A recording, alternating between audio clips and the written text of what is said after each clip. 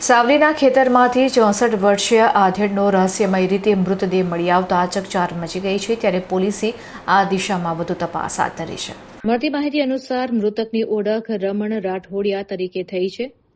ખેતરમાં તેમનો અચેતન દેહ જોતા સ્થાનિક લોકોમાં અરેરાટી વ્યાપી ગઈ હતી.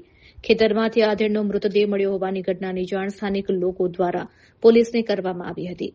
અકસ્માત કે કોઈ અઘટિત ઘટનાની આશંકા વચ્ચે સાવલી પોલીસની ટીમ તાત્કાલિક ઘટના સ્થળે દોડી આવી હતી. પોલીસે ઘટના સ્થળનું નિરીક્ષણ કરી મૃતદેહનો કબજો મેળવ્યો હતો અને કાયદેસરની કાર્યવાહીના ભાગરૂપે પ્રાથમિક પંચનામાની કામગીરી હાથ ધરી હતી. આધેડનું મોત કયા સંજોગોમાં અને કયા કારણોસર થયું છે તે અંગેની સત્તાવાર માહિતી હજી સુધી તંત્ર કે પોલીસ દ્વારા જાહેર કરવામાં આવી નથી. પોલીસે આધેડના મૃતદેહની ચોક્કસ કારણ જાણવા માટે પોસ્ટમોર્ટમ અર્થે નજીકની સરકારી હોસ્પિટલ ખાતે ખસેડ્યો છે. પોલીસના જણાવ્યા અનુસાર પોસ્ટમોર્ટમ રિપોર્ટ આવ્યા બાદ જ આધેડના મોતનું સાચું અને ચોક્કસ કારણ સ્પષ્ટ થઈ શકશે.